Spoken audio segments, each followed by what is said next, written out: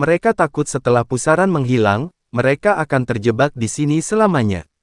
Orang, bangun. Kultivator kasual dengan kekuatan peringkat ke-6 dari Body Composite Realm ini ditangkap oleh Jinsa, tetapi dia tidak memiliki perlawanan sedikit pun. Kemampuan, pilih pusaran untuk aku lompati, atau aku akan membunuhmu. Jinsa mengancam Jingxiu. Merasakan ancaman Jinsa, wajah kultivator biasa menjadi sangat jelek, tetapi di dunia ini di mana hutan memangsa hutan, jika keterampilan seseorang lebih rendah dari yang lain, seseorang hanya dapat dibantai oleh orang lain.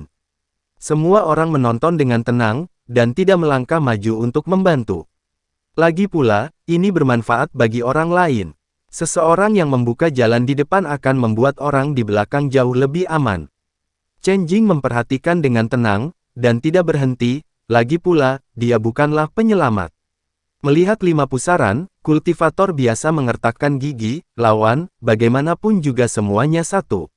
San Xiu tahu bahwa dia mungkin masih memiliki kesempatan untuk bertahan hidup jika dia melompat ke pusaran, tetapi jika dia tidak melompat masuk, dia pasti akan mati.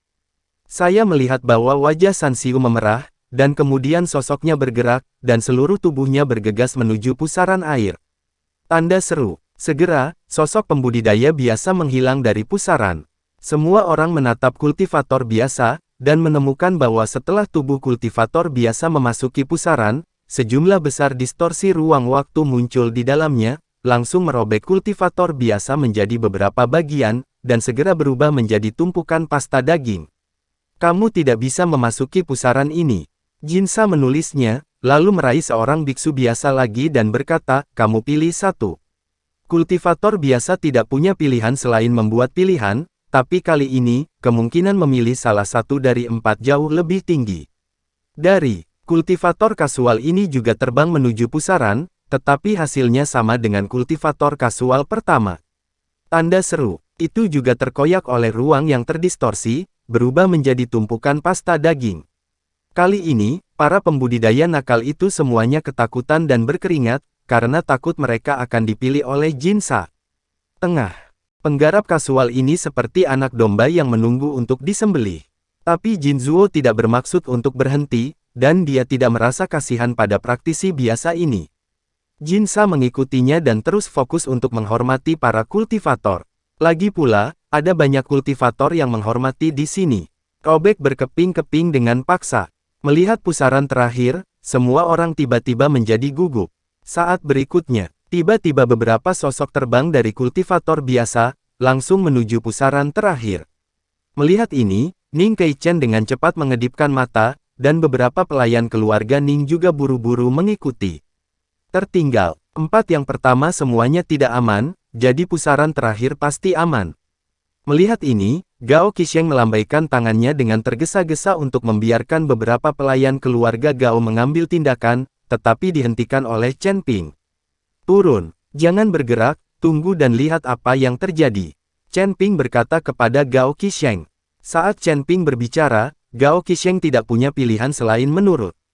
Ketika beberapa pembudidaya biasa dan beberapa biksu dari keluarga Ning terbang ke pusaran terakhir, tidak ada distorsi ruang waktu, dan orang-orang ini tidak terkoyak, jadi saya sangat senang. Patriark, ini aman. Seorang biksu dari keluarga Ning berkata dengan keras kepada Ning Keichen. Ning Keichen sangat gembira, dan hendak memimpin orang menuju pusaran terakhir, tapi tiba-tiba menemukan bahwa kabut hitam mulai memenuhi udara.